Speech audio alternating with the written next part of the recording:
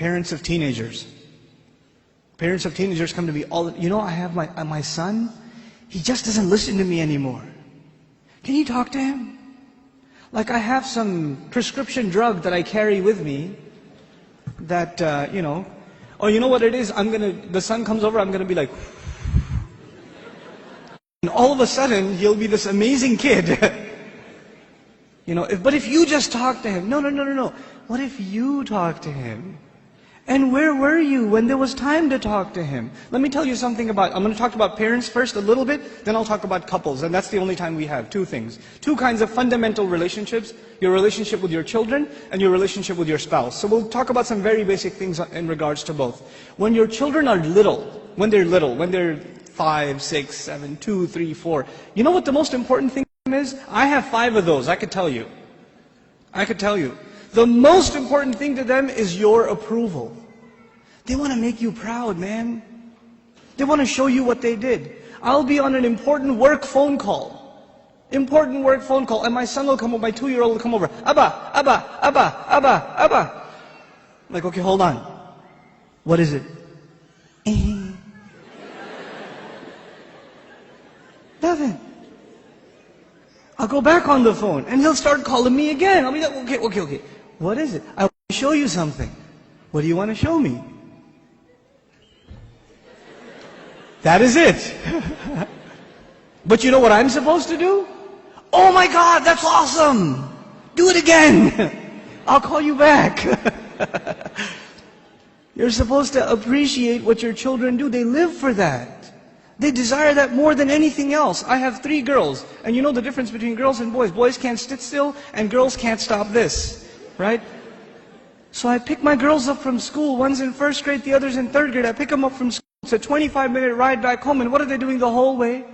You know what happened today in class? We colored a dinosaur, and we did this and that, and I was coloring it purple, but I decided to put in some green, and they're going on and on and on and on and on. And they cannot help themselves, and they cannot stop, and I have to pay attention and listen. I have to listen and say, oh, what about blue? No, I did only a little bit blue, right? I have to pay attention. And you know why I'm saying all of this? Just one more story on the side, just to wake you up a little. I share this story all the time. My oldest daughter, my eldest, Husna, when she was younger, she was really into finger painting. So she'd dip her hands in paint and just making a big old mess, right? And she brings this big cardboard to me, and it's a big blob of blue. I don't see anything, right? And she says, Abba, look what I made. And I'm sitting there going, that's awesome, a mountain. And she says, no, it's Mama. And I was like, oh, don't tell Mama. But the point I'm trying to make is they live for your approval. Live for it. But those of you that have children that are teenagers, do they get in the car when you pick them up from school and they can't stop telling you about what happened? Does that happen? Now, you know what happened in school today? My teacher said this and that and the other, and I got an A on my paper. Nope. They're quiet. And you're trying to know, how was your day? It was okay.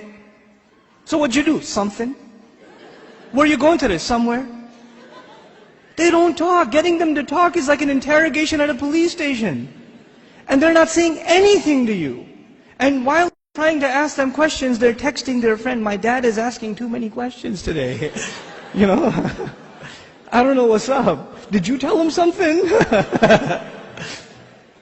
What I'm trying to get at is very simple. At a younger age, your children crave your attention. And when they get older, you will crave their attention. But if you don't give them attention when they're tiny, when they come to you with their toys and you say, go in your room, I'm watching the news. The game is on, could you take him please? Come on, I had a long day at work. I don't want to deal with this right now. I have friends over. It's embarrassing. Go to sleep. Go get out of here. When you have this attitude towards your children, like they're an obstacle in your path, your job was at work. When you come home, you're on vacation. No, buddy, your job began when you came home. That's your job. What you did over there is just to fulfill your real job at home. Be a father. I'm talking to the men here. Be a father. Spend time with your children. They're not just there so you put them in school and you come home from work, you just want to go to sleep. You don't want to bother with anybody. You don't want to talk to them. And actually the easiest way to not talk to them is get them an iPod Touch and an iPhone And get them a computer and a laptop in their own room with high-speed internet, so you don't even have to look at their face. They could just be in their room all day, Facebooking, finding themselves a new set of parents online. Seriously. Be a father, be a mother. Don't replace your motherhood and your fatherhood with these things, because if you do, when they become independent, you know what happens to most parents? To most of you, your children, they only see you as a bunch of dollar signs walking around. And the only time they come and talk to you, Dad, can I have $5? Actually, nobody asks for $5 anymore, right? It's 20s nowadays. And I know youth, they haven't seen money that small. They don't know fives. Can I have $20? Can I go to the mall? Can you drop me off? Can I go over to my friend's house? Can I do this? Can I do that? Can I do the other? When they want something, they come to you. Otherwise, you don't see them. And when they get to a certain age where they are old enough to make their own little bit of money, guess what? You're not going to see them at all.